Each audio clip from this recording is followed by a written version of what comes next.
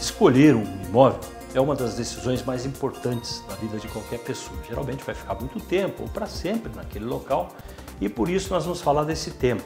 Convidamos o Daniel Gonçalves, ele é consultor imobiliário e trabalha especificamente com essa orientação, como fazer as pessoas terem conhecimento para fazer a melhor escolha, para não se arrepender depois. Ele tem a sua própria imobiliária, trabalhou em grandes construtoras em São Paulo, aqui no Paraná como consultor, como gerente de vendas também, então conhece bem esse assunto e traz para a gente muitas respostas para as dúvidas mais comuns. Por exemplo, Daniel, talvez a primeira, o erro pior que a pessoa pode fazer, dá para dizer, entre eles, qual é que você recomenda na hora de escolher o imóvel?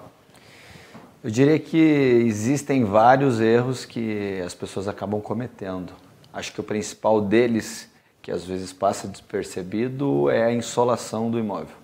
Então isso é um fator que tem muita relevância e que, se não analisado de uma forma muito cautelosa, acaba sendo um problema no futuro. É algo que você não vai mudar e que desvaloriza, inclusive, né? Quando não há sol nos quartos, por exemplo, é um fator negativo de revenda depois. Dependendo da região do Brasil que se está buscando esse imóvel para comprar, precisa ser analisado, sim. No sul, por exemplo, no Paraná, Curitiba, que é a capital mais fria do Brasil, se você tiver quartos com insolação prejudicada, você vai sofrer com bolor, vai impactar no conforto térmico e até com problemas de saúde. O lado norte é o que mais favorece, porque aí você tem o sol a favor na maior parte do dia e não vai ter sol só à tarde ou só de manhã, por exemplo? Teoricamente, sim. O norte é até, em vários casos, marketizado como norte, justamente para que você tenha um valor agregado maior no imóvel que está sendo comercializado. Então, para a visão de todos, o norte é sempre um ponto de muita insolação. Então, no sul principalmente, isso é muito relevante. Se isso não acontece, se a pessoa, por exemplo, tem o lado que é necessário ter sol virado para o sul, que tem menos sol na maior parte do ano, significa que a pessoa também tem um valor menor de revenda depois. Terá um valor menor de revenda. E terá um valor menor de revenda porque a gente costuma orientar o cliente a tentar fazer a aquisição de uma maneira mais genérica possível. Então, é tentar identificar o que não é só bom para mim e o que talvez seja bom para quem venha comprar de mim esse produto no futuro. Então, é importante levar isso em consideração. O que mais você acha que é fundamental? Dos pontos principais, qual seria o segundo? Eu diria que o segundo ponto importante seria a vista. Então, se ela é definida, se esse imóvel que está sendo comprado em algum momento não vai ter nenhum tipo de edificação que venha impactar no sol, e aí sim é o ponto que a gente falou agora, e que vai prejudicar completamente a insolação dos dormitórios, quem sabe da sala, e propriamente a vista dele, porque ninguém hoje quer abrir uma janela e dar de cara com uma parede. E isso, no futuro, pode ser um fator que vai fazer com que esse imóvel tenha uma desvalorização significativa. Então é importante também, mesmo que não haja agora um obstáculo, perceber se tem algum terreno ali que é propício para se fazer outro prédio e que vai tirar sua vista. Principalmente em prédios que eles estão em meio de quadra. Analisar se ao lado não existe uma casa, se essa casa ela não é uma casa que pode ser destruída e de repente uma edificação surgir naquele terreno. É muito comum, inclusive, isso acontecer. Existem alguns casos de imóveis que a gente costuma vender e que, quando a pessoa comprou, era incrível. E hoje já você abre a janela e tem uma vista comprometida. E ainda falando em vista, a altitude, o fato do andar estar mais acima, ele tem um valor maior também? Tem. Inclusive, em todos os projetos que são lançados, a precificação das unidades, elas sofrem impacto de acordo com o andar. Andares mais baixos, você tem um valor menor e quanto mais alto for o andar, maior é o custo dele efetivo. As pessoas acabam preferindo ter andares mais altos porque você acaba tendo mais horizonte. Então, custa mais caro, sem dúvida. O que é importante no momento que você está pensando em comprar um imóvel? você saber? Qual seria a forma de saber? Evidentemente, indo lá você já tem uma ideia clara, mas não sabe os detalhes, né? Falar com outros moradores, o que você aconselha? Aconselho que a pessoa tenha o cuidado de verificar ao porteiro, se houver um porteiro nesse condomínio, o síndico, e já de cara, quando você chegar nesse imóvel, ter o cuidado de verificar como é que está o estado de conservação. Em alguns casos, isso já é muito evidente. Quando você vê que o processo de jardim já não tem muito cuidado, o prédio tem um revestimento que está comprometido, verificar, inclusive, quando você estiver dentro do imóvel, que possivelmente será o imóvel que você vai escolher, a gente sempre orienta os clientes para que verifiquem as partes que a gente chama de áreas molhadas, que seriam os banheiros, cozinha, área de serviço, varanda, que é onde as tubulações hidráulicas costumam estar passando. Então, se tiver alguma sinalização de bolor, normalmente pontos quando você tem infiltração, eles já começam a acusar rápido demais. Então, é sempre você ter esse cuidado para não ter uma surpresa desagradável no futuro. Principalmente imóvel usado e que vai dar um trabalhão e um custo para refazer, para quebrar tudo e tentar acertar essa canalização. Por incrível que pareça, o imóvel novo você também precisa ter esse cuidado, porque eu costumo dizer que é importante você verificar o histórico da empresa que você está comprando, caso isso seja novo. Saber como é que existe esse pós-venda, porque todo prédio, por mais novo que exista, depois de pronto você tem um tempo de garantia.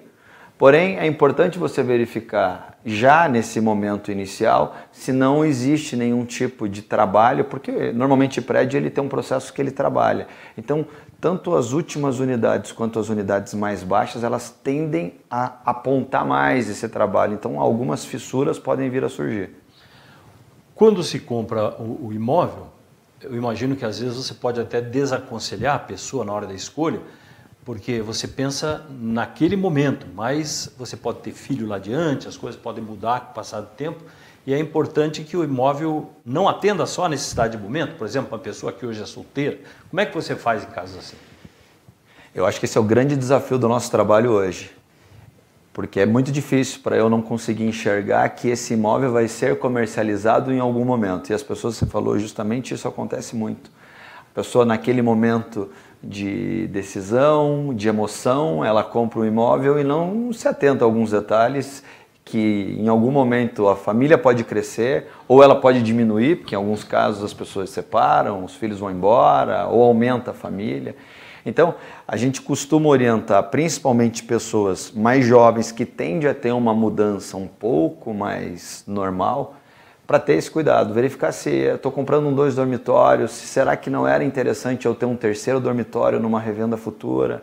Estou levando, o imóvel é muito bom, mas ele tem apenas uma vaga de garagem, daqui a pouco eu vou precisar ter uma 2ª vaga, ou será que tem um estacionamento próximo? Onde é que esse carro vai ficar parado? E às vezes aquela vaga que você tem outro carro, que tem que tirar um carro para colocar outro quando são 2 carros. Exatamente, então é importantíssimo. A vaga de garagem também é um ponto que tem que ser levado em consideração, porque isso também impacta na valorização e no preço.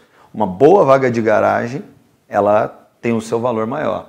Uma vaga um pouco mais comprometida, você tem que levar isso em consideração, porque pode ser um processo traumático, ainda mais se você é um pouco mais ciumento com o teu veículo. Hoje há uma tendência na concorrência para fazer o edifício que seja uma espécie de clube também, que tem uma porção de outros serviços ali, de facilidades. Compensa ou não esse tipo de aquisição? Veja, os hábitos de consumo, eles têm mudado um pouco. Então, a gente olha projetos anteriores e você analisa que antigamente os dormitórios eles eram mais generosos e as salas eram menores. Isso mudou um pouco. Então, hoje, os novos projetos, você tem salas maiores, você tem varandas maiores e dormitórios menores, com uma infracondominial muito recheada de benfeitorias. Vale a pena comprar com ou sem? Eu diria que sempre vale a pena comprar com se você levar em consideração que em algum momento você pode vir a vender. Eu tenho alguns clientes que dizem para mim assim, mas eu não vou usar piscina, eu não vou usar academia, eu não vou à quadra, eu sequer faço um exercício. E de fato isso pode, nesse momento para ti, não ser algo que tem relevância. Mas no momento da venda, a gente vê que isso encanta muito quem compra. Ainda mais se a pessoa tem família, tem filhos, porque existe esse conforto de você poder saber que os teus filhos estão em segurança e estão no próprio condomínio. Outro dia até estava conversando com um cliente que ele comprou um apartamento e ele é sócio de um clube. E o clube está exatamente a 3 quadras do apartamento que ele comprou. Ele me disse, eu estou muito satisfeito aqui hoje no prédio, meus filhos nem vão ao clube.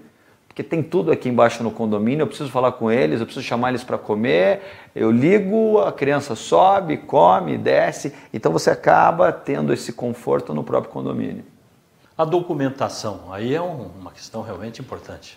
Eu acho que esse é a caixa preta que precisa ser analisada para que essa decisão possa ser, de fato, tomada com segurança. Então a gente levou em consideração o sol, a vista, o estado de conservação, mas apesar de a gente estar falando de documentação como um último ponto, eu acho que esse não seria o menos importante.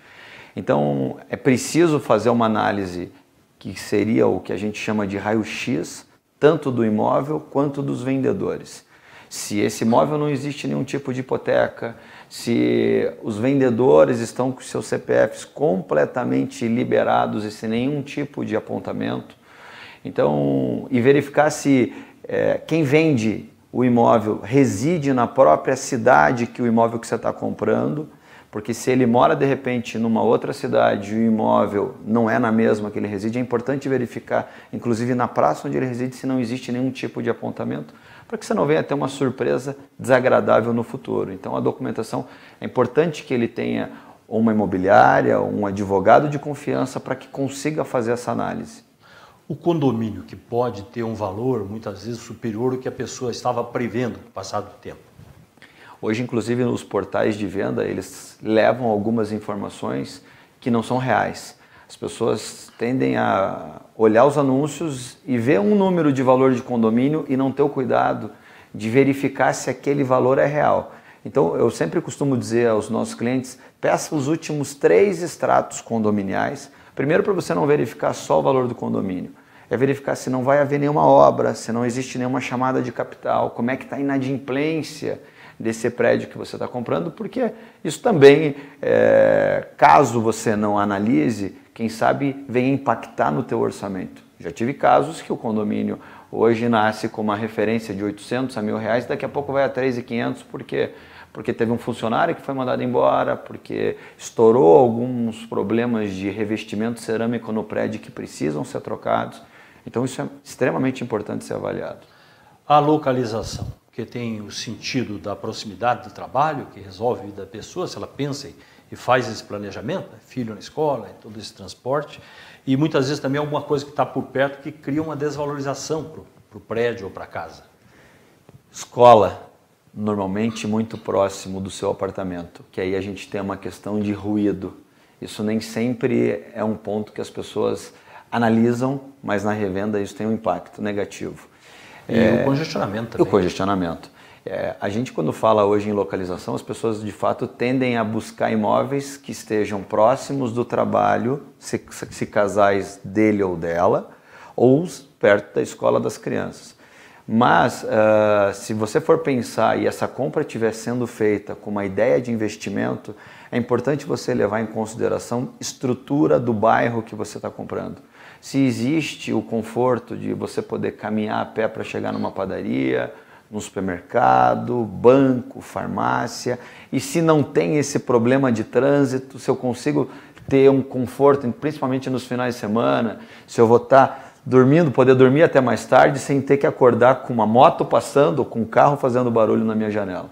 E isso a pessoa muitas vezes na visita não vê, por exemplo, ruído noturno, essas questões todas, né? E que vão depois atormentar a pessoa. É terrível, é terrível.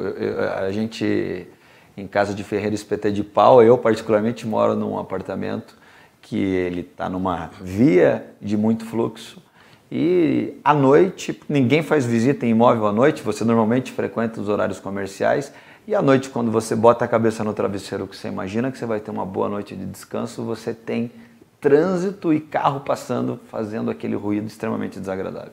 Claro, existem algumas soluções que aí você, de repente, migrar para um vidro duplo, para que venha eliminar esse tipo de ruído. mas é sempre um desconforto. Que são acertos que você tem que fazer depois, que tem custo a mais e aí tem a complicação. Né? Tem a complicação. E essa correção, na verdade, para todo imóvel que compra, algum tipo de ajuste você acaba fazendo. Mas é muito mais simples se for só uma pintura, se for alguma remoção de algum detalhe de decoração. Você ter que mexer em estrutura é sempre um complicador maior. Casa ou apartamento? Essa dúvida surge muito? Você faz o aconselhamento para analisar o caso, o estilo da pessoa? Fazemos. Eu diria que casa e apartamento depende um pouco. A gente, quando o cliente nos faz essa pergunta, eu procuro fazer uma análise do perfil daquele indivíduo. Se ele não tem problemas de se locomover mais, porque aí quando a gente fala em casa, hoje o consumo maior está sendo em casas em condomínio em função da sensação de segurança por você ter uma portaria. Casas de rua, você tem um problema de liquidez um pouco maior. Então o cliente que acaba buscando casa, principalmente em condomínio, é aquela pessoa que está disposta a rodar um pouco mais, porque nem sempre você tem uma estrutura de bairro tão próxima, que é o que a gente falou de padaria, farmácia, supermercado. Se a pessoa de fato está disposta a rodar um pouco mais para isso, é bacana, porque você acaba tendo aquela sensação de botar o pé no chão, ter o seu cachorro. Parece uma cidade pequena, você conhece os vizinhos? Isso, eu conheço os meus vizinhos, tem uma interação maior. O apartamento já não, apesar de ser um produto genérico e que acaba atendendo uma demanda maior, mas é outro conceito. Você sabe que talvez você vai cruzar com um vizinho ou outro no elevador quando estiver subindo ou descendo, diferente da casa em condomínio. Então, é entender um pouquinho o que a pessoa está disposta a ceder para saber se ela vai para o apartamento ou vai para casa. É interessante entender também que no caso do condomínio, as casas de condomínio geralmente ficam mais distantes porque os espaços urbanos são raros hoje. São raros. E aí a construção aí exige alguns quilômetros, muitas vezes, para andar mais todo dia. Exatamente. As casas em condomínio, elas normalmente estão mais afastadas das estruturas maiores centrais. Então, o cliente tem que estar disposto a ir um pouco mais longe. E aí, quando a gente analisa se esse cliente está disposto... Eu trabalho uma distância maior da minha casa, mas eu estou disposto a rodar um pouco mais para ter toda essa facilidade de soltar o meu filho, para ter essa criação dele, botar o pé no chão, ter a casa. As pessoas gostam muito do conceito casa, mas nem todas estão dispostas a ter todo esse desconforto de rodar um pouco mais para poder ir à padaria, por exemplo.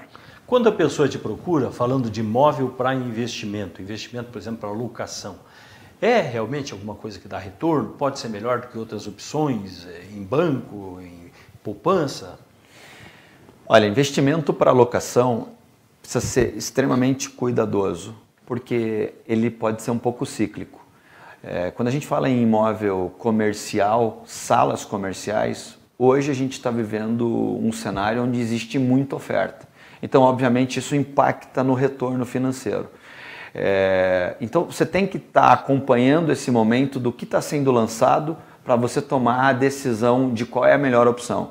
Eu costumo orientar que hoje no residencial é muito mais interessante você ter um apartamento que chamamos de estúdio, que era o antigo kitnet lá atrás, que ele é um apartamento menor, que vai atender a estudantes e que normalmente ele está muito bem localizado.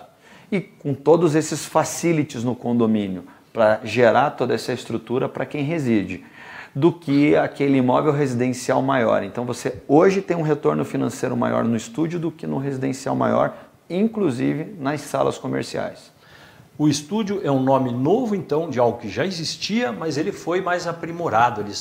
Comercialmente, eles são hoje mais fáceis de vender, justamente porque há um embelezamento maior, mas basicamente é um espaço menor. O que a gente pode saber mais sobre isso? Vale para quem a compra de um imóvel assim, um apartamento assim? O estúdio, eu diria que normalmente quem compra é o investidor que está buscando esse retorno. Mudou um pouco, obviamente, o que era kitnet antigamente, que passou a ser estúdio, ele sofreu um processo de atualização e de modernização. Porque o apartamento é pequeno, mas ele tem uma planta muito mais inteligente. E normalmente eles estão, como a gente disse, em localizações muito estratégicas. Normalmente próximo de faculdade. Então você acaba atingindo aquele cliente que quer estar próximo da faculdade, que talvez não precise de um carro, porque na maioria dos casos, inclusive, o estúdio não tem nem vaga de garagem. Então você tem vagas no prédio que você tem que ter um custo maior para alocar, o que isso não necessariamente é um problema para esse perfil de produto.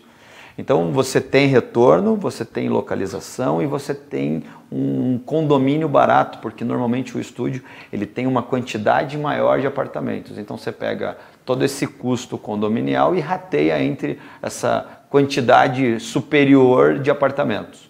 Profissionais solteiros, estudantes, aí estaria o perfil principal de quem vai locar depois eu eventualmente comprar?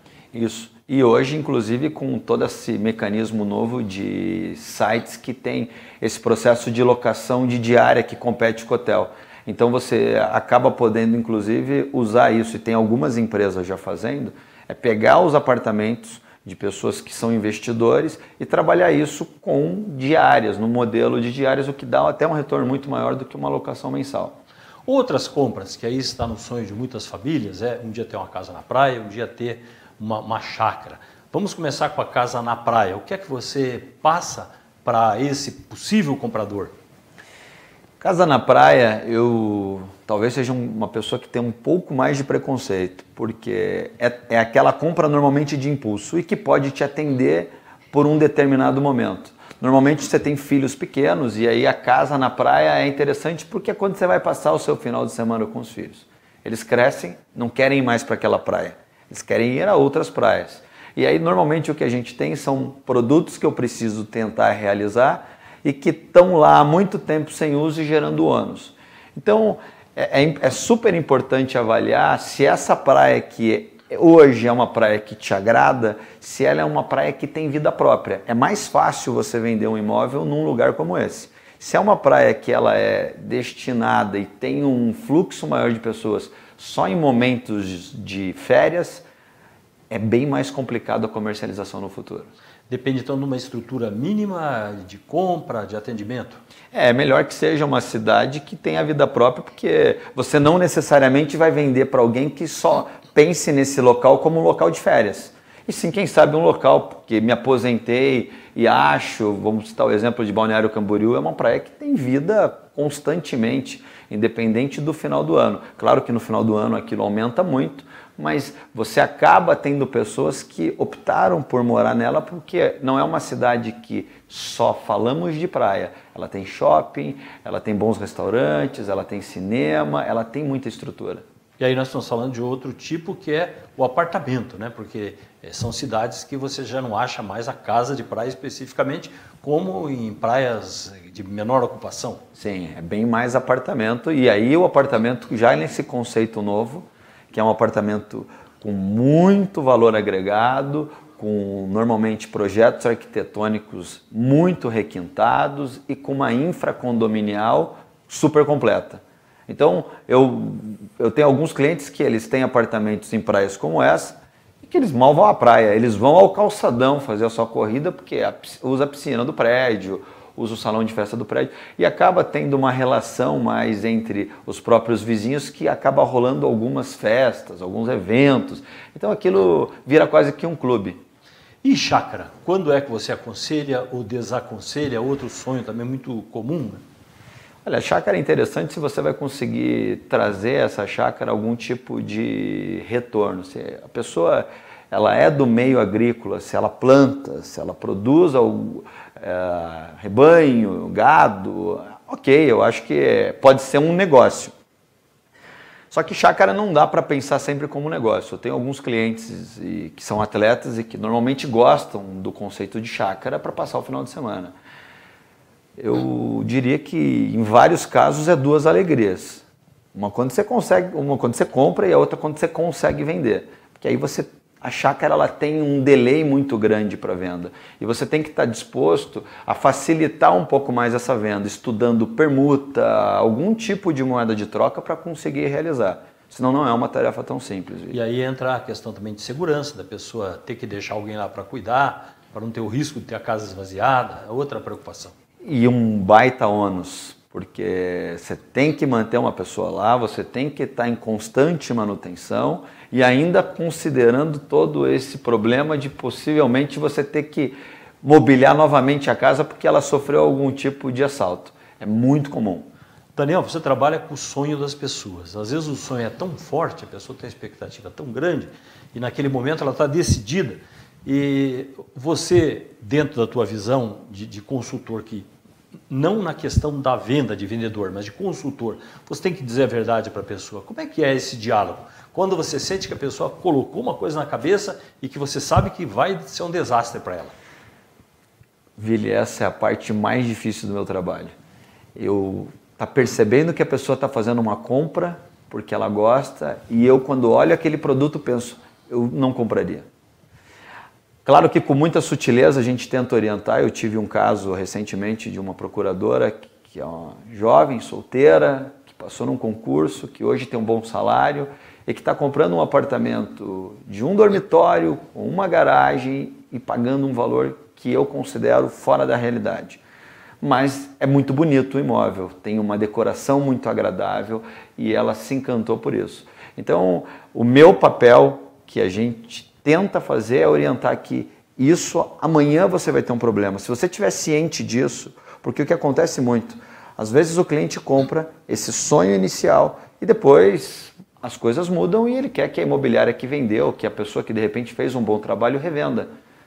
E aí você está ciente que você vai receber de novo uma mercadoria que ela não tem a mesma liquidez. Que eu vou ter que achar um cliente muito específico para conseguir comprar aquele produto. Então, a gente com uma sutileza e dependendo da intimidade até talvez um pouco mais direto, você tenta dizer para esse cliente que esse não é o melhor caminho. Esse não é a melhor decisão que ele está tomando naquele momento. Em alguns casos, infelizmente, as pessoas não nos ouvem e aí elas vão ter um problema no futuro e aí isso sim, para conseguir realizar, vai impactar no preço. E esse raciocínio, esse trabalho também vale para a área de quem procura investimentos, a pessoa que quer comprar algo para ganhar dinheiro depois. Você dá essa visão para a pessoa, se realmente vai ter retorno ou não? A gente dá essa visão também, se vai ter retorno ou não, porque no investimento ele ainda tem que ser, a gente tem que ser muito mais criterioso. Dependendo do investimento, se ele vai comprar uma loja, que tipo de negócio que ele está pensando em praticar nesse imóvel. Eu costumo avaliar o montante que está sendo aplicado nesse imóvel, a localização e se qualquer variável, porque de repente o negócio dele não deu certo, quebrou, aquele sonho que ele tinha não conseguiu evoluir. Como é que a gente transforma isso de novo em liquidez? Porque as pessoas estão muito acostumadas a perder dinheiro com automóvel. Com imóvel elas não compartilham dessa opinião. Então eu tenho que ter muito mais cautela e muito mais cuidado para tentar orientar o meu cliente a não perder dinheiro. Porque no meu mercado ele não está acostumado a aceitar isso com bons olhos. E é uma perda muitas vezes gigante que atrapalha. Muito significativo. E você faz também essa consultoria, então, para investimentos. Se a pessoa vai ter ou não vai ter retorno. Porque, de novo, falando sobre a ilusão, a pessoa às vezes acha que é uma coisa, por exemplo, comprar um espaço para abrir uma loja, para abrir um pequeno shopping. A pessoa imagina que aquilo vai dar certo, mas você está percebendo, pelo teu conhecimento, que a pessoa vai ter prejuízo com aquilo. E aí o diálogo deve ficar mais difícil. Fica mais difícil, ainda mais porque às vezes parece que eu estou jogando areia naquele sonho. A gente teve um caso de uma cliente que queria comprar uma loja comercial de um valor muito alto para montar uma franquia. E, ao meu ver, um pouco duvidosa, num lugar completamente distante, que ela queria colocar perto da sua casa e dar emprego para alguns familiares. Então, assim, um cliente de 10 anos de relacionamento, dá um pouco de receio de deixar esse cliente tomar essa decisão, porque ao meu ver, aquilo está com todas as caras de que vai dar errado. Então, o nosso cuidado, principalmente com esse caso, foi orientar, vamos mudar isso de bairro, vamos tentar comprar um pouco menor, ou quem sabe vamos locar. E se esse negócio não der certo, pelo menos devolve-se a locação e você não teve que imobilizar muito dinheiro. Então, esse é o cuidado que eu tenho que tentar ter para que essa pessoa amanhã depois olhe para o nosso trabalho e diga, foi bom, deu certo, porque se dá certo está todo mundo feliz, mas se dá errado, as pessoas não costumam aceitar isso de uma forma muito bacana. Daniel, para concluir, às vezes, para moradia, a locação pode ser o melhor negócio do que a compra? Em que condições isso pode acontecer? Eu diria que em alguns casos sim, porque hoje, se você fizer uma análise, o retorno de locação no residencial, se você for de uma família grande, um casal com filhos, está variando mais ou menos na casa de 0,4 o valor do investimento. Se você levar em consideração que alguns fundos estão pagando 0,7, 0,8, então vale a pena você locar se você tiver essa visão de você poder pegar o seu recurso e saber lidar com o seu dinheiro. Eu costumo dizer que esse modelo de você optar por locar quando você tem condições de compra, é só se você souber administrar bem o seu dinheiro. Se você for uma pessoa que você olhou o dinheiro na conta e aquilo coça de vontade de gastar, eu digo compre. Porque senão vai acontecer de você estar morando de aluguel e ainda pegar todo o recurso que você tem para poder comprar o seu imóvel e gastar com coisas que não são úteis.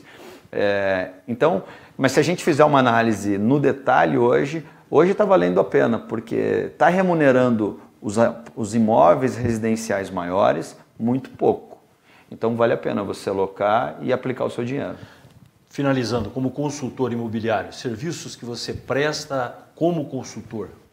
Além da venda e da locação que fazemos inclusive essa consultoria para construtoras, quando vai se desenvolver o projeto, qual é o tipo do produto certo, que tipo de demanda está acontecendo, o que os clientes estão hoje buscando para comprar. Então fazemos isso com construtoras também.